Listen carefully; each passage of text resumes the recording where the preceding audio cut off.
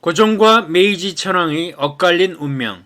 조선이 점점 기울기 시작한 고종의 제2 기간과 일본의 근대화가 시작된 메이지 천황 기간은 대체로 겹쳐집니다. 고종과 메이지는 모두 1852년 태어났습니다. 나이로 보면 동갑이었고 굳이 따진다면 고종이 한 달 정도 먼저 태어났습니다. 지존이 자리에 오른 것은 고종이 먼저였습니다. 12살이던 1863년 12월 13일 왕위에 올랐고 메이지는 16세인 1867년 1월 9일 천황자리에 올랐습니다. 혼인은 고종이 15살이 되던 1866년 명성황후 민씨와 하였고 메이지는 17살이 되던 1868년 하록고 황후와 하였습니다. 이제까지는 19세기 조선과 일본이 별 차이가 없었듯이 고종과 메이지의 현실도 큰 차이가 없었지만 1905년 조선은 일본의 보호국이 되었습니다. 일본은 1867년 에도 막부에 15대 쇼군이 천황에게 정권을 반납할 것을 선언한 대정봉환이라는 대사건이 일어났고 다음 해인 1868년 메이지 유신이 본격적으로 추진되었습니다. 1869년에는 에도 막부가 설치한 지방의 번들이 가지고 있던 토지와 호적을 천황에게 반납한다는 판적 봉환이 일어났고 1871년에는 종전 막부 시대의 번을 폐지하고 지방 통치 기관을 현으로 일원화하는 폐번치현이 일어나면서 일본은 800년간 지속되었던 막부 체제와 지방 분권 체제가 종말을 맞이하였습니다. 하지만 조선의 고종은 1872년 제위 10년에 21살이 되었지만 아직 아버지 대원군의 위세에 눌려 있었습니다. 태조 이성계의 창업 480주년을 기념하여 3월 1일 개성을 찾았지만 마음은 무거웠습니다. 숙종 이래 역대 왕들이 15세 이후 친정을 시작한 반면 자신의 나이는 21살로 조대비를 거쳐 아버지의 섭정 정치 아래 있었습니다. 친정을 원했지만 은근한 성격의 고종은 소심하고 우유부단하였고 단지 선주교에서 충을 강조하는 시를 남겨 자신의 생각을 내비쳤습니다. 1874년 봄에 강직한 최익현의 상서로 드디어 아버지 대원군을 권좌에서 몰아내고 친정을 이루었지만 이제 또 다른 가시밭길의 시작이었습니다.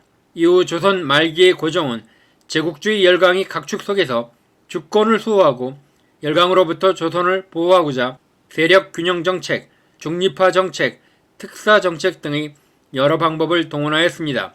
안타까운 것은 고종도 열강들에 둘러싸인 조선의 위치에서 진정한 독립을 이루려면 국민이 국방을 책임지는 국민 개병제가 필요하다는 것을 모르지는 않았지만 그러기 위해서는 국방의 의무를 부과하는 동시에 국민의 기본권을 보장하는 변혁이 필요하였지만 당시의 지배층들은 기존 사회 체제의 급격한 변혁을 두려워했기에 징병제 실시를 반대하였습니다.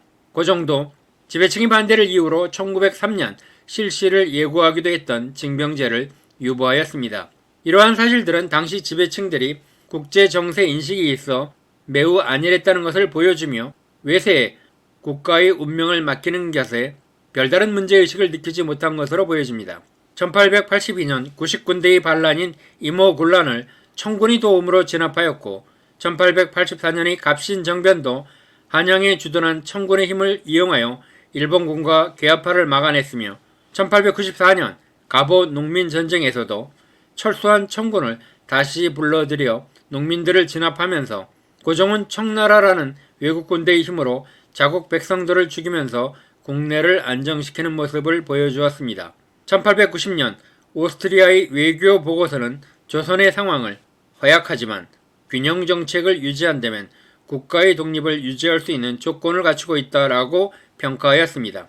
고민하던 고종은 1890년대부터 중립화 정책에 관심을 가지고 1899년 알렌에게 미국 정부가 한국 중립화 문제에 나서줄 것을 요청하는 친서를 전달했지만 거절당했습니다. 다시 조병식을 통해 일본에게 중립화를 지원해 줄 것을 요청했으나 즉시 거절당했습니다. 고종은 1900년 중국에서 의화단 사건이 일어나 그 진압 과정에서 일본의 군사력을 보면서 러일 전쟁의 가능성을 염려하였습니다. 러시아, 일본에 의한 조선 영토 유린을 막기 위하여 더욱 중립화를 열망하였습니다. 1903년 7월 주1공사는 러1이 전쟁을 결정했다는 전보를 보내었고 8월 현상건을 유럽의 특사로 파견하여 프랑스, 러시아에 대한 의사타신과 적십자, 만국평화회의, 국제재판소 등 국제기구를 통한 중립화를 추진하였습니다. 하지만 현상건이 프랑스 외상과의 면담이 실현되지 않았고 만국평화회의는 개최되지 않았으며 헤이그 상설 국제재판소는 휴정 중이었습니다. 러시아만이 국외 중립선언에 동의하였습니다.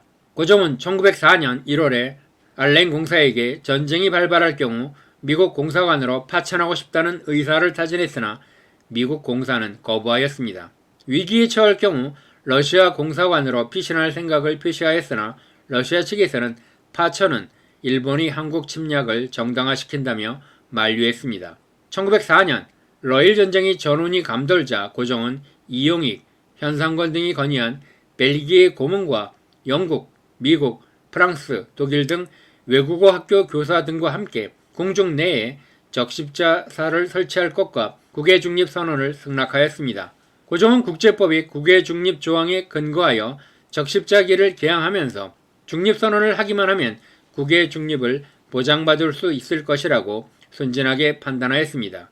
고종은 1월 21일 국외중립을 선언하였지만 제국주의 시대에 국제법이나 국제기구 등은 열강의 행동을 제약하는 데 별다른 효과가 없었습니다.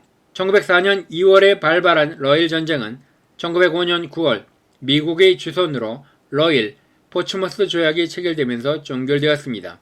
2개월이 지난 11월 2일 메이지 천황의 부름을 받은 추밀원 의장 이등 방문은 천황의 거소에 들어갔습니다. 천황은 이등에게 은제그릇 하나와 상자 하나 그리고 현금 5만엔을 선물하였습니다. 66세의 고령인 이등을 특사로 대한제국에 파견하는 미안함과 이를 기꺼이 수락해준 데 대한 고마움의 표현이었습니다. 이등은 메이지 천황의 친서를 휴대하고 11월 10일 경운궁 수호컨에서 고종과 접견하였습니다. 11월 18일 이등의 강압으로 조선의 외부 대신 박재순과 일본 공사 하야시 사이에 을사조약이 조인되었습니다. 하지만 고종은 끝까지 제거하지 않았습니다. 정확한 표현으로는 을사조약은 제거받지 않은 상태에서 공포되었는데 일본 측에서는 고종의 동의가 있었다고 주장했고 조선에서는 동의가 없었다고 주장했습니다. 형식적으로는 고종이 명확하게 거절하지 않았기 때문에 이런 일이 발생하였습니다. 고종이 끝까지 을사조약을 제거하지 않은 것은 나름으로는 큰 저항이었지만 조선이라는 나라가 버티는데 아무런 힘도 되지 못하였습니다. 지금 또다시 을사년을 맞이하여 국정의 최고 책임자가 명확하게 자신의 의견을 밝히지 못하고 우왕좌왕 눈치를 보는 현실이 을사년에 재현되고 있는 것은 참으로 안타까운 일이라 할 것입니다.